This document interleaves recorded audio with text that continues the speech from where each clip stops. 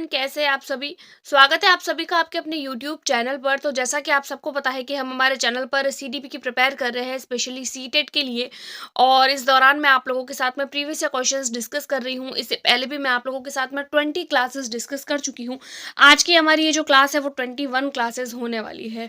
I hope आप लोगों को वीडियोस पसंद आ रही होगी। अगर पसंद आ रही है तो अपने दोस्तों के साथ में शेयर जरूर करें, और इसकी पीडीएफ प्राप्त करने के लिए आप मेरे टेलीग्राम ग्रुप को ज्वाइन कर सकते हैं। इसकी पीडीएफ आप लोगों को आंसर सहित जो है वो बहुत ही जल्दी प्रोवाइड मैं करवा दूंगी, यानी कि वीडियो अपलोड होते ही जो है वो हाथों हाथ आप लोगों को इसकी पीडीएफ जो है वो प्रोवाइड हो जाती है मेरे टेलीग्राम ग्रुप पर। बिना किसी देरी के वीडियो को स्टार्ट करते हैं। फर्स्ट क्वेश्चन हमारे पास में पूछा है कि बच्चे डैश को छोड़कर अन्य सभी के द्वारा लैंगिक भूमिकाएं ग्रहण करते हैं। लैंगिक भूमिकाओं का मतलब होता है बच्चे क्या ग्रहण करते हैं, कि बच्चे जो है, जैसे कोई मान लीजिए लड़का होता है और कोई लड़की होती है, तो वहां पर जो है अगर कोई भी बच्चा किसी भी जगह पे जाता है तो उसको हर जगह फील करवाया जाता है कि तू लड़का है तो लड़के जैसे काम कर, लड़की है तो लड़के जैसे काम कर। तो हर जगह इस तरीके की लैंगिक भूमिकाएं जो होती है वो होती है।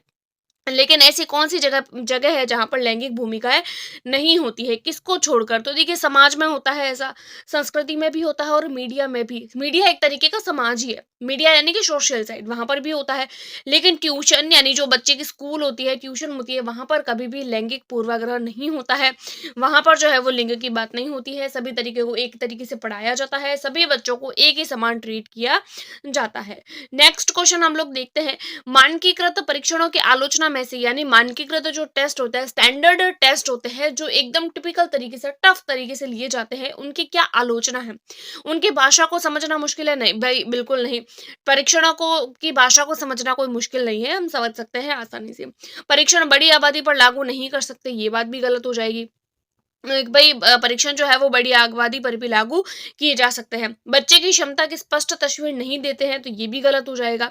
वे मुख्य रूप से मुख्य धारा की संस्कृति का प्रतिनिधित्व करते हैं, इसलिए पक्षपाती होते हैं। भाई ये ठीक है कि जो मानकीकृत टेस्ट होते हैं वो पक्षपाती होते हैं, वो उस चीज को शो नहीं करते हैं जो एक्चुअल में टीचर को करनी होती है, बल्कि उस चीज को शो करते हैं जो चीज बच्चे के बारे में टीचर को शो नहीं करनी है। तो यहाँ पर हो जाएगा, सेकंड का हो जाएगा, D will be right answer. अगला देखते हैं। बहुबुद्धि का सिद्धांत हमें क्या बताता है? कि बहुबुद्धि का मतलब क्या होता है? कि बुद्धि, बहुत सारी बुद्धि, तो बुद्धि कई प्रकार की होती है, पहला ऑप्शन। दूसरा है, पेपर पेंसिल परीक्षण सहायक नहीं है। प्रभावी अध्यापन के द्वारा बुद्धि बढ़ाई जा सकती है और बुद्धि तेजी से बढ़ाई जा सकती है। भाई क्वेश्चन क्या पूछा है? बहुबुद्धि का सिद्धांत क्या कहता है? तो बहुबुद्धि का सिद्धांत कहता है कि बुद्धि कैसी होती है? बुद्धि कई प्रकार की होती है। तो यहाँ पर हो जाएगा, A will be right answer. 4 number question हम लोग देख रहे हैं। शिक्षक सीखने के लिए मूल्यांकन और सीखने के मूल्यांकन दोनों का उपयोग करता है। यानी कि सीखने के लिए मूल्यांकन और सीखने का मूल्यांकन, इन दोनों का मूल्यांकन क्या है? ये बच्चे की सीखने की जरूरतों को जानने में और तदनुसार शिक्षण रणनीति का चयन करने में।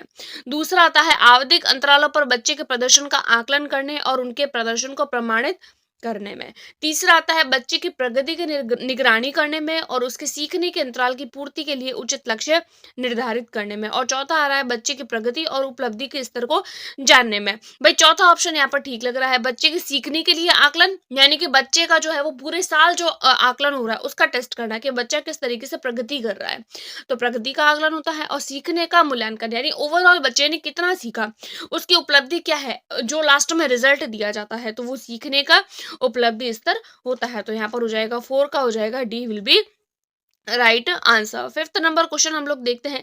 निम्नलिखित में से कौन सा सतत और व्यापक मूल्यांकन से संबंधित नहीं है? सतत और व्यापक मूल्यांकन से संबंधित नहीं है। यह शिक्षण प्रक्रिया का अभिन्न अंग है। भाई बात तो बिल्कुल ठीक है। यह विभिन्न क्षेत्रों में बच्चे की उपलब्धि पर केंद्रित होता है। ये भी बात ठीक है। बच्चे को धीमी, खराब और बुद्धिमान के रूप में चिन्हित करता है। भाई ये ऑप्शन गलत हो जाएगा। भाई व्यापक और सतत मूल्यांकन, व्यापक का क्या मतलब होता है? इसे भारत के शिक्षा के अधिकार अधिनियम द्वारा लागू किया गया है, ये बात भी ठीक है। हम लोगों से गलत पूछा है और गलत बात यही बोली गई है कि जो सतत और व्यापक मूल्यांकन होता है वो बच्चे को ऐसे इंटेलिजेंट है, कोई वीक है, वो धीमा है, बुद्धिमान है, तो उसके रूप में चिन्हित। भाई बच्चे को चाहे कैसा भी हम मूल्यांकन कर रहे हैं, लेकिन बच्चे को कभी भी धीमा, खराब या बुद्धिमान इस तरीके की श्रेणियों में विभक्त नहीं करना है। तो 5th का हो जाएगा, C will be right answer. अगला देखेंगे हम लोग 6th नंबर क्वेश्चन। बच्चों में प्रतिभाशालिता क्या होती है? बच्चों में प्रतिभाशालिता हो सकती है, किसके कारण होती है प्रतिभाशालिता? एक संसाधन समृद्ध वातावरण, सफल माता पिता, अनुशासित दिनचर्या, आनुवंशिक और वातावरण के बीच में अंतःक्रिया। प्रतिभाशीलता देखिए इन चारों की वजह से ही होती है, लेकिन आप लोग यहाँ पर बेस्ट ऑप्शन चूज करें तो देखिए वातावरण की वजह से भी प्रतिभाशीलता आती है, सफल माता पिता होते हैं तो बच्चे भी सफल होते हैं, एक प्रॉपर दिनचर्या होती है, ये बात भी ठीक है, आनुवंशिकता और वातावरण, ये बात भी ठीक है। तो यहाँ पर हम लोगों को बेस्ट ऑप्शन चूज करना है, और बेस्ट अगर आप लोग देखें तो यहाँ पर आप लोगों को दिख रहा होगा कि प्रतिभाशीलता, यानी कि अगर आप लोग यहाँ पहला ऑप्शन देखें वातावरण, तो वातावरण इसमें आ रहा है। फिर आ रहा है सफल माता माता पिता, तो ये आनुवंशिकता का भाग है। अनुशासित दिनचर्या जो एक वातावरण का भाग है। यानी ये तीनों जो ऑप्शन है ना वो आप लोगों के फोर्थ ऑप्शन में इंक्लूड हो रहे हैं। तो यहाँ पर सिक्स्थ का हो जाएगा आप लोगों का D will be right answer. 7th number question है, सामाजिक आर्थिक रूप से वंचित पृष्ठभूमि से आने वाले बच्चों को कक्षा के माहौल की आवश्यकता होती है। यानी कि ऐसे बच्चे जो सामाजिक आर्थिक रूप से वंचित पृष्ठभूमि से आए हैं, तो इस बच्चों को कक्षा को माहौल कैसा होना चाहिए? उनके सांस्कृतिक और भाषाई ज्ञान को महत्व देता है, उनका उपयोग करता है, उनके भाषा के उपयोग को भाई हतोत्साहित करना कोई अच्छी बात नहीं होती है। बच्चों को उनकी क्षमताओं के आधार पर वर्गीकृत करना। क्षमता के आधार का मतलब है बच्चा इंटेलिजेंट है, बुद्धिमान है, वीक है, उसके आधार पर उसको वर्गीकृत करना, तो ये भी कोई अच्छी बात नहीं होती है। उनका अच्छा व्यवहार सिखाता है, ये भी बात ठीक है, लेकिन ये कोई अच्छा ऑप्शन नहीं है। तो यहाँ पर क्या है कि सामाजिक आर्थिक पृष्ठभूमि से वीकर जो बच्चे होते हैं उन बच्चों को कक्षा में किस तरीके का माहौल प्रोवाइड करवाते हैं, तो जिनकी सांस्कृतिक और भाषाई ज्ञान को महत्व दे और उनका उपयोग करे। तो यहाँ पर हो जाएगा 7 का हो जाएगा A will be right answer. 8th number question है, कक्षा में सृजनात्मकता और प्रतिभाशाली बच्चों के लिए आवश्यक हस्तक्षेप निर्भर करता है। यानी कि कक्षा के अंदर जो सृजनात्मकता और प्रतिभाशाली बच्चे होते हैं वो किस चीज को शो करते हैं? उन्हें अतिरिक्त समय देने पर, उनके प्रति स्नेही होने के संदर्भ में, उन्हें अन्य बच्चों को पढ़ाने की जिम्मेदारी देने पर, या शिक्षक द्वारा अनुकूलित और प्रेरक निर्देशन तरीकों के उपयोग द्वारा। पर ये बात बिल्कुल ठीक हो जाएगी कि जो प्रतिभाशाली बच्चे होते हैं, प्रतिभाशाली और दूसरा कौन सा बोला है? सृजनात्मक बच्चे। तो प्रतिभाशाली और सृजनात्मक बच्चों के लिए हम क्या करेंगे? अनुकूलित और प्रेरक निर्देशक देंगे और अलग अलग तरीके का हम लोग उपयोग करेंगे। तो यहाँ पर हो जाएगा 8th का D will be right answer. Next question देखेंगे हम लोग 7th नंबर।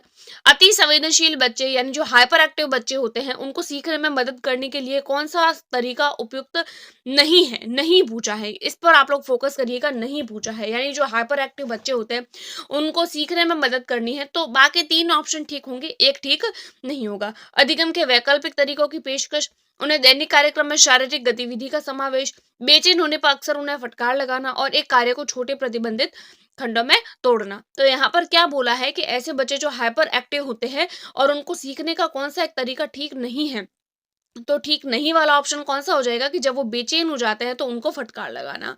चाहे कोई भी बच्चा हो, चाहे अति संवेदनशील हो, चाहे क्रिएटिविटी वाला हो, चाहे प्रतिभाशाली हो, बुद्धिमान हो या फिर कम बुद्धिमान हो, कोई भी बच्चा अगर बेचैनी फील कर रहा है तो उसको फटकारना नहीं है, उसको डांटना नहीं है। तो यहाँ पर हो जाएगा C will be right answer.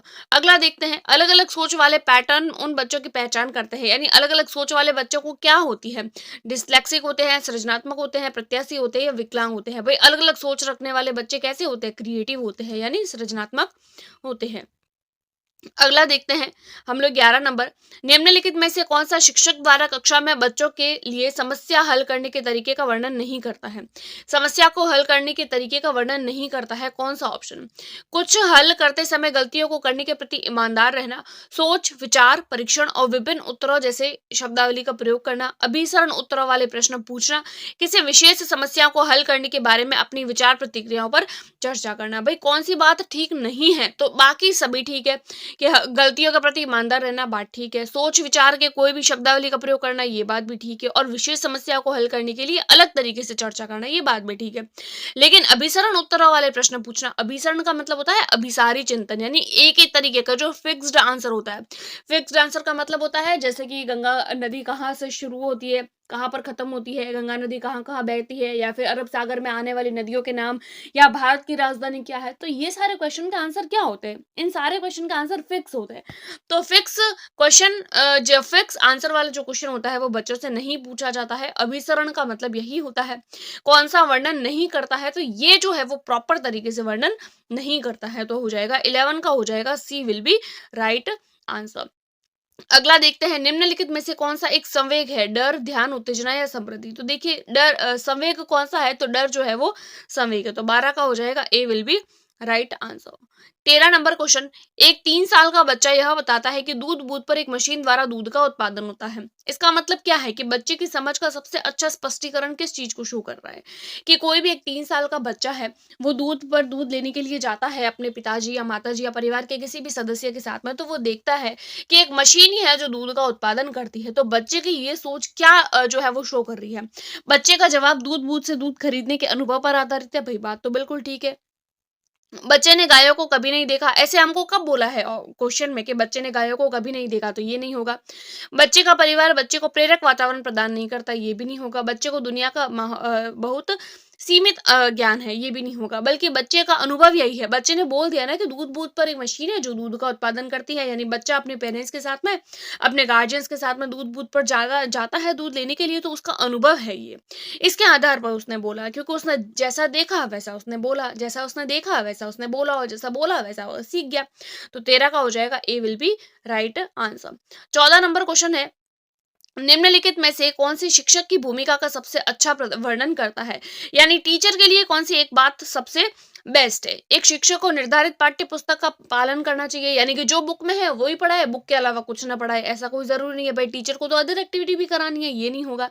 पाठ्यक्रम को समय पर पूरा करे, साथ साथ दोहरान कार्य के लिए पर्याप्त समय दे। भाई फटाफट कोर्स करा दो, मतलब टीचर का क्या काम होना चाहिए कि फटाफट कोर्स करा दे फिर रिवीजन कराए, ये तो कोई बात नहीं होती है। और भी तो अदर एक्टिविटी करानी है।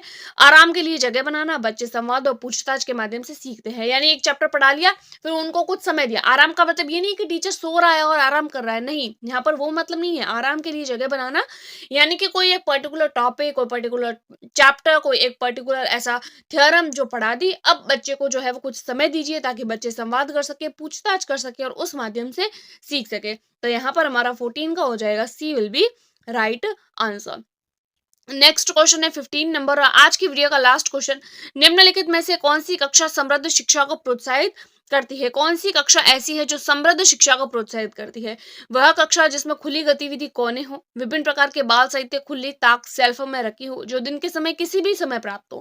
भाई लाइब्रेरी नहीं होनी चाहिए, इनके कहने का मतलब है कि लाइब्रेरी हो तो भी फिक्स स्केड्यूल या फिक्स कोई डेट या टाइम नहीं होना चाहिए, बल्कि एनी टाइम ओपन होनी चाहिए। कोई भी बच्चा जब चाहे तब बुक ले सकता है। यहाँ पर फर्स्ट ऑप्शन में ये बोला है। अलमारी में अच्छी तरीके से रखी हुई सामग्री हो और सामग्री को सप्ताह में एक बार ही खोला जाए। भाई एक बार खोले ऐसी लाइब्रेरी किस काम की, तो ये तो नहीं होगा। पाठ्य पुस्तक सामग्री द्वारा संचालित, संरचित और योजनाबद्ध अधिगम वाली हो। भाई ये तो बात ठीक लग रही है। वह कक्षा जिसमें प्रदर्शित विभिन्न प्रकार की सामग्री बच्चों की पहुंच से परे हो, ताकि सामग्री, भाई यहाँ पर चौथे ऑप्शन में बोल रहे हैं कि जो सामग्री है वो ऐसी होनी चाहिए जो बच्चों के आउट ऑफ सिलेबस हो, उन बच्चों के आउट ऑफ एज हो, उन बच्चों को कोई बात समझ ही नहीं है। भाई बच्चों की समझ ही नहीं आए तो वो बुक्स या वो एक्टिविटी या वो जो मटेरियल है वो किस काम का, तो ये तो नहीं होगा। अब यहाँ पर आप लोगों को पहला और तीसरा सही लग रहा होगा। अब तीसरा भी कई तरीके से गलत है, क्योंकि तीसरा जो है वो पहले में इंक्लूड हो रहा है। वह कक्षा होनी चाहिए जिसमें एक्टिविटी होनी चाहिए ओपन तरीके से, बाल साहित्य सेल्फ में रखे हो और बच्चा कोई भी टाइम उठाकर उसको ले सके। तो यहाँ पर 15 का हो जाएगा A will be right answer. तो इसी के साथ में हम लोगों ने 15 क्वेश्चन आज और सीटेट के लिए डिस्कस किए, सीडीपी के। आई होप आप लोगों को वीडियो पसंद आई होगी। पीडीएफ के लिए आप टेलीग्राम ग्रुप को ज्वाइन कर सकते हैं। आंसर सहित मैं आप लोगों को इसके जो है वो पीडीएफ प्रोवाइड करा दूंगी। Thanks for watching.